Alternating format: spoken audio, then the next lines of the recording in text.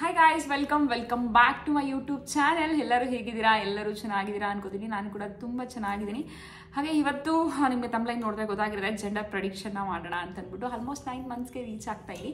ಇನ್ನೊಂದು 4-5 ವೀಕ್ಸ್ ಒಳಗಡೆ ನನ್ನ ಕೈಯಲ್ಲಿ ಒಂದು ಮುದ್ದಾದ ಮಗು ಇರುತ್ತೆ.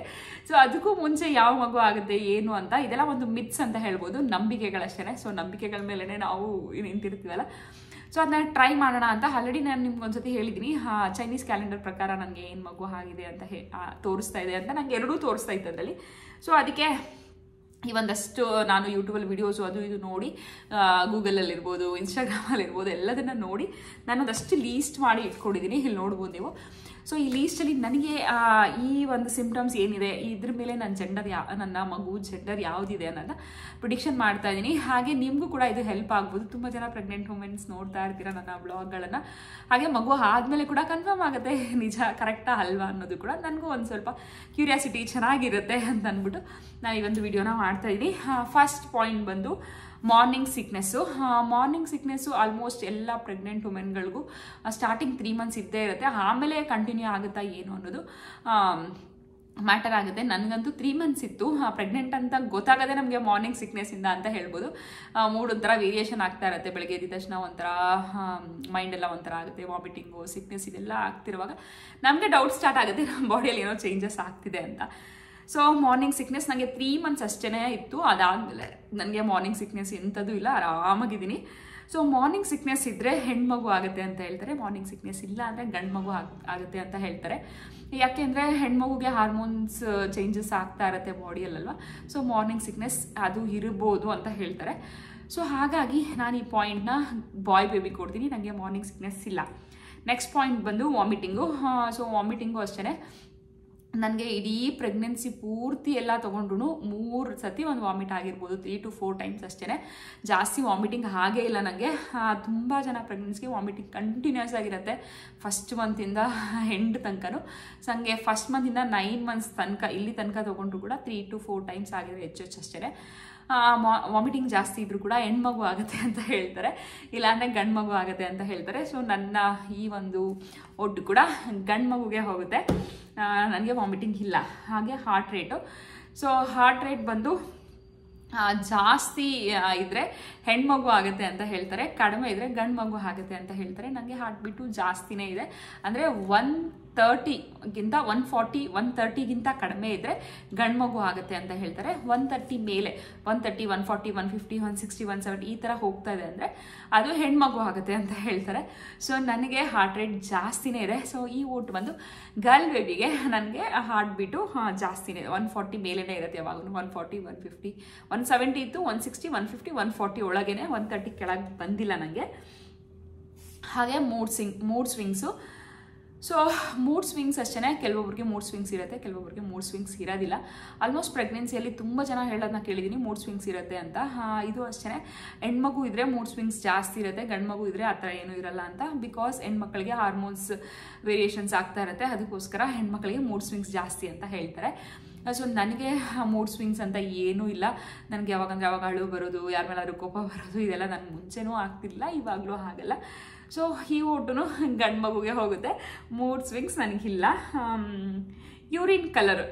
ಸೊ ನೆಕ್ಸ್ಟ್ ಪಾಯಿಂಟ್ ಬಂದು ಯೂರಿನ್ ಕಲರು ತುಂಬ ಡಾರ್ಕ್ ಎಲ್ಲೋ ಆ ಕಲರೆಲ್ಲ ಇದ್ದರೆ ಅದು ಬಂದು ಬಾಯ್ ಬೇಬಿ ಆಗುತ್ತೆ ಅಂತ ಹೇಳ್ತಾರೆ. ಯೂರಿನ್ ಲೈಟಾಗಿ ನಾರ್ಮಲ್ ವೈಟ್ ಇದೆ ಅಂತಂದರೆ ಗರ್ಲ್ ಬೇಬಿ ಆಗುತ್ತೆ ಅಂತ ಹೇಳ್ತಾರೆ. ನನಗೆ ತುಂಬ ನೀರು ಏನಾದರೂ ಜಾಸ್ತಿ ಕುಡ್ದಿಲ್ಲ ಅಥವಾ ಹೀಟ್ ಪದಾರ್ಥ ತಿಂದಿದ್ದೀನಿ ಅಂತ ಮಾತ್ರ ಡಾರ್ಕ್ ಹೋಗುತ್ತೆ, ಇಲ್ಲಾಂದರೆ ನಾರ್ಮಲ್ ಆಗೇ ಇರುತ್ತೆ. ಸೊ ಈ ಒಟ್ಟು ಗರ್ಲ್ ಬೇಬಿಗೆ ಹೋಗುತ್ತೆ.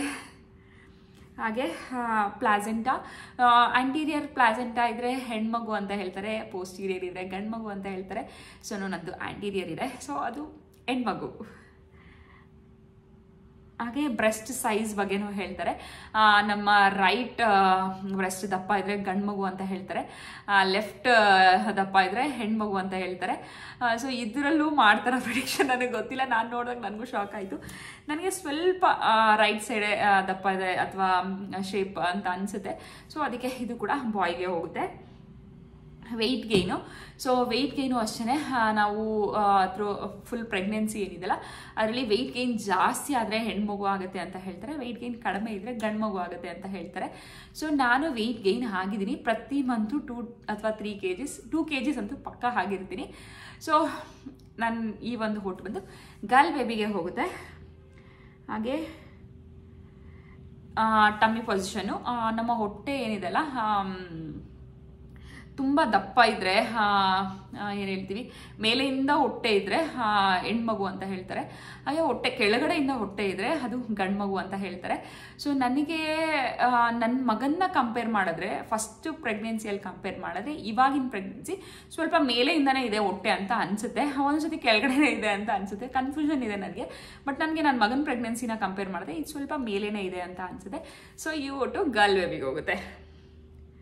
ಹಾಗೆ ಹೊಟ್ಟೆ ಮೇಲೆ ಒಂದು ಡಾರ್ಕ್ ಲೈನ್ ಬಂದಿರುತ್ತೆ, ನೀವು ನೋಡಿದ್ದೀರಾ. ಒಕ್ಲಿಂದ ಕೆಳಗೆ ಅಥವಾ ಒಕ್ಲಿಂದ ಮೇಲೆ ಫುಲ್ ಸೆಂಟರ್ ಒಕ್ಲೇನಿದೆಯಲ್ಲ ಅದ್ರ ಮೇಲೆ ಒಂದು ಡಾರ್ಕ್ ಬ್ಲ್ಯಾಕ್ ಕಲರ್ ಲೈನ್ ಬಂದಿರುತ್ತೆ. ಸೊ ಈ ಲೈನ್ ಬಂದಿರೋದ್ರಿಂದನೂ ಕೂಡ ಲೈನ್ ಬಂದರೆ ಗಂಡು ಮಗು ಅಂತ ಹೇಳ್ತಾರೆ, ಲೈನ್ ಬಂದಿಲ್ಲ ಅಂದರೆ ಹೆಣ್ಮಗು ಅಂತ ಹೇಳ್ತಾರೆ. ಸೊ ಇದು ನನಗೆ ನನ್ನ ಮಗನ ಒಂದು ಪ್ರೆಗ್ನೆನ್ಸಿಯಲ್ಲೂ ಕೂಡ ಇತ್ತು, ಸೊ ಇವಾಗಲೂ ಕೂಡ ಇದೆ. ಸೊ ಈ ಒಟ್ಟು ಗಂಡು ಮಗುಗೆ ಹೋಗುತ್ತೆ.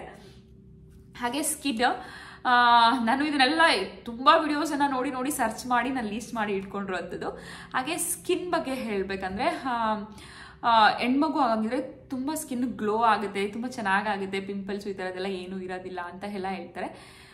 ಸೊ ಗಂಡು ಮಗು ಆಗುತ್ತೆ ಅಂದರೆ ಸ್ವಲ್ಪ ಡಲ್ ಆಗುತ್ತೆ ಸ್ಕಿನ್ನು, ಪಿಂಪಲ್ಸು ಮಾರ್ಕ್ಸು ಇದೆಲ್ಲ ಆಗುತ್ತೆ ಅಂತ ಹೇಳ್ತಾರೆ. ನನಗೆ ಸ್ಕಿನ್ನು ಪಿಂಪಲ್ಸ್ ಮುಂಚೆ ಬರ್ತಾಯಿತ್ತು, ಪ್ರೆಗ್ನೆನ್ಸಿ ಆದಮೇಲೆ ಪಿಂಪಲ್ಸ್ ಎಲ್ಲ ಏನೂ ಇಲ್ಲ, ಸ್ಕಿನ್ ಕೂಡ ಸ್ವಲ್ಪ ಫೇರ್ ಆಗಿದ್ದೀನಿ ಅಂತ ಎಲ್ಲರೂ ಹೇಳ್ತಿರ್ತಾರೆ.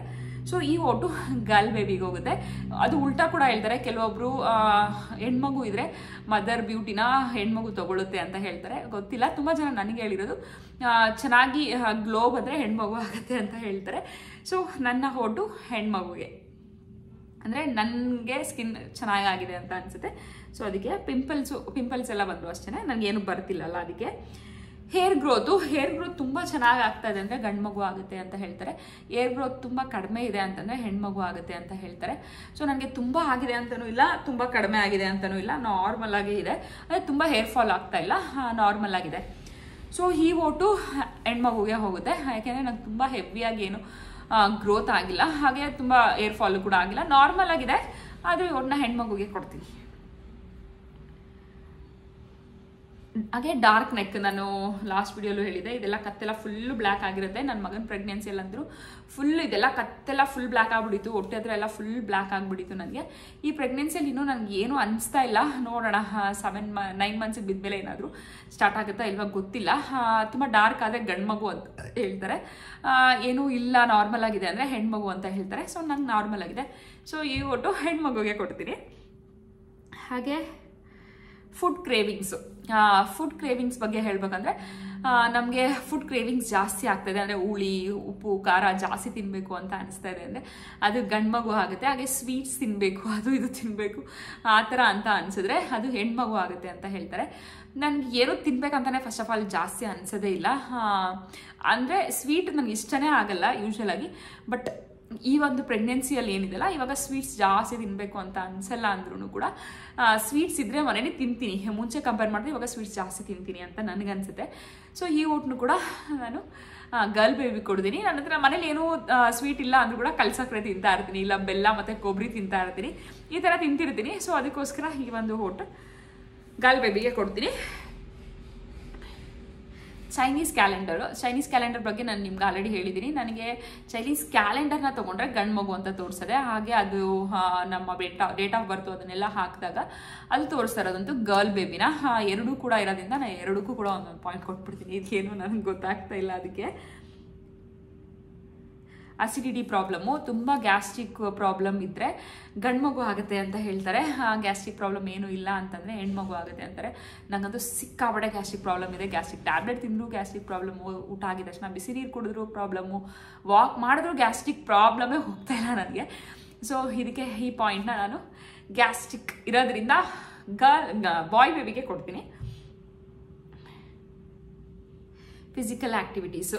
ನಾವು ತುಂಬ ಫಿಸಿಕಲ್ ಆ್ಯಕ್ಟಿವಿಟಿ ಆರಾಮಾಗಿ ಮಾಡ್ಕೊಂಡಿದ್ದೀವಿ, ಮನೆ ಕೆಲಸ ಇರ್ಬೋದು, ಆಚೆ ಕೆಲಸ ಇರ್ಬೋದು, ನಾವು ತುಂಬ ಆರಾಮಾಗಿದ್ದೀವಿ ಅಂತಂದರೆ ಗಂಡು ಮಗು ಆಗುತ್ತೆ ಅಂತ ಹೇಳುತ್ತೆ. ಮೂಡ್ ಸ್ವಿಂಗ್ಸು ಅಥವಾ ತುಂಬ ಲೇಸಿ ಫೀಲ್ ಆಗ್ತಿದೆ ಅಂದರೆ ಹೆಣ್ಮಕ್ಳಿಗೆ ಹಾರ್ಮೋನ್ಸ್ ಹೇಳಿದ್ದೀರಲ್ಲ, ಹಾರ್ಮೋನ್ಸ್ ವೇರಿಯೇಷನ್ ಆಗ್ತಾ ಇರೋದ್ರಿಂದ ಸ್ವಲ್ಪ ಮೂಡ್ ಸ್ವಿಂಗ್ಸ್ ಆಗಿರ್ಬೋದು, ತುಂಬ ಆ್ಯಕ್ಟಿವ್ ಆಗಿರೋಕ್ಕಾಗಲ್ಲ, ಲೇಸಿನೆಸ್ ಇರ್ಬೋದು, ಇದೆಲ್ಲ ಕೂಡ ಹೆಣ್ಮಗು ಇದ್ದಾಗ ಇರುತ್ತೆ ಅಂತ ಹೇಳ್ತಾರೆ. ನಾನು ತುಂಬ ಆರಾಮಾಗಿದ್ದೀನಿ, ಫಿಸಿಕಲಿ ಆ್ಯಕ್ಟಿವಿಟಿ ತುಂಬ ಚೆನ್ನಾಗಿ ಮಾಡ್ಕೊಂಡಿದ್ದೀನಿ. ಸೊ ಅದಕ್ಕೋಸ್ಕರ ನಾನು ಈ ಓಟನ್ನ ಗಂಡು ಮಗು ಕೊಡ್ತೀನಿ. ಹಾಗೆ ಬೇಬಿ ಮೂಮೆಂಟ್ಸ್ ಯಾವ ಕಡೆ ಇದೆ, ಲೆಫ್ಟ್ ಸೈಡಲ್ಲಿ ಜಾಸ್ತಿ ಇದ್ದರೆ ಹೆಣ್ಮಗು ಅಂತ ಹೇಳ್ತಾರೆ, ರೈಟ್ ಸೈಡಲ್ಲಿ ಜಾಸ್ತಿ ಇದ್ದರೆ ಗಂಡು ಮಗು ಅಂತ ಹೇಳ್ತಾರೆ. ಸೊ ನನಗೆ ಲೆಫ್ಟ್ ಸೈಡಲ್ಲೇ ಜಾಸ್ತಿ ಇದೆ ಬೇಬಿ ಮೂಮೆಂಟ್ಸ್ ಅಂತ ಅನಿಸುತ್ತೆ. ಸೊ ಈ ಓಟ್ನ ಗರ್ಲ್ ಬೇಬಿಗೆ ಕೊಡ್ತೀನಿ. ಮತ್ತು ಹಾಗೆ ರಿಂಗ್ ಟೆಸ್ಟ್, ರಿಂಗ್ಗೆ ಒಂದು ದಾರ ಕಟ್ಬಿಟ್ಟು ಟೆಸ್ಟ್ ಮಾಡ್ತೀವಲ್ಲ, ಅದು ರೌಂಡ್ ಹಾಕಿದ್ರೆ ಹೆಣ್ಮಗು ಆಗುತ್ತೆ, ಹಿಂಗೆ ಉದ್ದುದ ಬಂದರೆ ಗಂಡು ಮಗು ಆಗುತ್ತೆ ಅಂತ ಹೇಳ್ತಾರೆ. ಸೊ ಇದನ್ನು ಕೂಡ ನಾನು ಟ್ರೈ ಮಾಡಿದ್ದೀನಿ. ಇದರೊಳಗಡೆ ನನಗೆ ಹೆಣ್ಮಗು ಅಂತಲೇ ಬಂದಿದೆ. ಸೊ ಈ ಓಟ್ನ ಕೂಡ ನಾನು ಗರ್ಲ್ ಬೇಬಿಗೆ ಕೊಡ್ತೀನಿ. ಹಾಗೆ ಕಾಲು ಊತ ಬರುತ್ತೆಲ್ಲ, ಕಾಲು ಸ್ವೆಲ್ಲಿಂಗ್ ಬರೋವಂಥದ್ದು. ಸೊ ಕಾಲು ಸ್ವೆಲ್ಲಿಂಗ್ ತುಂಬ ಜಾಸ್ತಿ ಬರ್ತಾ ಇದೆ ಅಂದರೆ ಅದು ಗಂಡು ಮಗು ಇರುತ್ತೆ, ಕಾಲು ಸ್ವೆಲ್ಲಿಂಗ್ ಕಡಿಮೆ ಬರ್ತಾನೆ ಇಲ್ಲ ಅಂದರೆ ಅದು ಹೆಣ್ಮಗು ಇರುತ್ತೆ ಅಂತ ಹೇಳ್ತಾರೆ. ಸೊ ನನ್ನ ಮಗನ ಪ್ರೆಗ್ನೆನ್ಸಿಯಲ್ಲಂತೂ ನಂಗೆ 7 ಮಂತ್ಸಿಗೆ ಬಂದಿದ್ದು ಕಾಲು ಊತ. BP ಎಲ್ಲ ನಾರ್ಮಲ್ ಇರ್ತಿತ್ತು, ಆದರೂ ಕೂಡ ಕಾಲು ಊತ ಇರ್ತಾಯಿತ್ತು. ಸೊ ಅದಕ್ಕೆ ನಾನು ಈ ಓಟನ್ನು ನನಗೆ ಇವಾಗಂತೂ ಒಂಚೂರು ಕಾಲು ಊತನೇ ಇಲ್ಲ. ಸೊ ಈ ಓಟನ್ನ ಗರ್ಲ್ ಬೇಬಿಗೆ ಕೊಡ್ತೀನಿ. ಓಕೆನಾ? ಹಾಗೆ ಇದಿಷ್ಟು ನನ್ನ ಒಂದು ಪ್ರೆಡಿಕ್ಷನ್ಗಳು. ಸೊ ಯಾವುದಕ್ಕೆ ಜಾಸ್ತಿ ಓಟ್ ಬಿದ್ದಿದೆ, ಯಾವುದಕ್ಕೆ ಜಾಸ್ತಿ ಓಟ್ ಬಿದ್ದಿಲ್ಲ ಅನ್ನೋದನ್ನ ನೀವೇ ಹೇಳಿ. ನಿಮಗೆಲ್ಲ ಏನು ಅನಿಸುತ್ತೆ ಏನು ಅಂತ. ಹಾಗೆ ಮದರ್ ಫೀಲ್ ಅನ್ನೋದು ಕೂಡ ತುಂಬ ಇಂಪಾರ್ಟೆಂಟ್ ಅಂತ ಹೇಳ್ತಾರೆ. ತಾಯಿಗೆ ಗೊತ್ತಾಗುತ್ತಂತೆ ನನಗೆ ಏನು ಮಗು ಆಗುತ್ತೆ ಏನು ನಮಗೆ ಅನ್ನೋದು ಆಲ್ಮೋಸ್ಟ್ 80% ಗೊತ್ತಾಗುತ್ತೆ ತಾಯಿಗೆ. ತಾಯಿಗೆ ಏನು ಅನಿಸುತ್ತೆ ಅದನ್ನೇ ಆಗುತ್ತೆ ಅಂತ ಕೂಡ ಹೇಳ್ತಾರೆ. ನನಗೆ ನಿಜ ಇಷ್ಟು ದಿನ ತನಕ ಒಂದು 7 ಮಂತ್ಸ್ ತನಕ ಹೆಣ್ಮಗುನೇ ಆಗುತ್ತೆ ಅಂತಲೇ ಅನಿಸ್ತಾಯಿತ್ತು. ಯಾಕೋ 7 ಮಂತ್ಸ್ ಆದಮೇಲೆ ಗಂಡು ಮಗು ಆಗ್ಬಿಡುತ್ತೇನೋ ಅಂತಲೇ ನನಗೆ ಅನಿಸ್ತಾ ಇದೆ. ಸೊ ಈ ಓಟ್ ನಾನು ಗಂಡು ಮಗು ಅಂತ ಕೊಡ್ತೀನಿ. ಗೊತ್ತಿಲ್ಲ ಏನಾಗುತ್ತೆ ಅಂತ ನನಗೂ ಐಡಿಯಾ ಇಲ್ಲ. ಸೊ ಹಂಗೆ ಅನಿಸ್ತಾ ಇದೆ ನನಗೆ. ಸೊ ಅದಕ್ಕೆ ಈ ಓಟ್ನ ಗಂಡು ಮಗುಗೆ ಕೊಡ್ತೀನಿ. ನೋಡಿದ್ರಲ್ಲ, ಅರ್ಧ ಇದು ಎರಡು ಮಿಕ್ಸ್ಡ್ ಒಪಿನಿಯನ್ ಇದೆ. ಸೊ ಏನಾಗುತ್ತೆ ಏನು ಗೊತ್ತಿಲ್ಲ, ನೋಡೋಣ. ಇನ್ನೊಂದು 4-5 ವೀಕ್ಸ್ ಅಷ್ಟೇ. ಅದು ಏನು ಮಗು ಆದ್ರೂ ತಗೊಳ್ಲೇಬೇಕು, ಅದು ನನ್ನ ಮಗು. ಸೊ ಅದೊಂದು ಮುದ್ದಾಗಿ ಆರೋಗ್ಯವಾಗಿ ಏನು ತೊಂದರೆ ಇಲ್ಲದೆ ಆರೋಗ್ಯವಾಗಿ ಬಂದು ನನ್ನ ಕೈ ಸೇರಿದ್ರೆ ಸಾಕು ಅಂತ ಅಂದ್ಕೊಂಡು ಯಾವ ಮಗು ಬಂದರೂ ಓಕೆ. ಹೆಣ್ಮಗು ಬಂದರೆ ತುಂಬ ಖುಷಿ ಜಾಸ್ತಿ ಆಗುತ್ತೆ. ಯಾಕೆಂದರೆ ಅದಕ್ಕೆ ಮುದ್ದಾಗಿ ರೆಡಿ ಮಾಡ್ಬೋದು. ಒಂದು ಮನೆಯಲ್ಲಿ ಆಲ್ರೆಡಿ ಒಂದು ಗಂಡು ಮಗು ಇದೆ, ಹೆಣ್ಮಗು ಪ್ರೀತಿನೂ ಕೂಡ ತಗೋಬೇಕು. ಯಾವ ಮಗು ಆದರೂ ಓಕೆ, ನನಗೇನು ಅದೇ ಇದೆ ಅಂತ ಇಲ್ಲ, ಆದರೆ ಓಕೆ, ಆಗಿಲ್ಲ ಅಂದರೆ ಏನು ಮಾಡೋಕ್ಕಾಗಲ್ಲ. ಯಾವ ಮಗು ಆದರೂ ನಮ್ಮ ಮಕ್ಕಳೇ ಅಲ್ವಾ. ಸೊ ಇದಾಗಿತ್ತು ಇವತ್ತಿನ ವಿಡಿಯೋ. ಸೊ ಯಾವ ಮಗು ಆಗ್ಬೋದು ನನಗೆ ಏನು ಅನ್ನೋದನ್ನ ನೀವು ಕೂಡ ಗೆಸ್ ಮಾಡಿ. ಅದನ್ನು ಬೇರೆ ಗೊತ್ತಿದ್ರೆ ಅಥವಾ ನಾನೇನಾದರೂ ತಪ್ಪು ತಿಳ್ಕೊಂಡಿದ್ರೆ ಸೊ ಅದನ್ನು ಅದ್ರ ಬಗ್ಗೆ ಕಾಮೆಂಟ್ ಮಾಡಿ ತಿಳಿಸಿ ಅಂತ ಹೇಳ್ತಾ ಈ ಒಂದು ವ್ಲಾಗ್ನ ಇಲ್ಲಿಗೆ ಎಂಡ್ ಮಾಡ್ತಾಯಿದ್ದೀನಿ.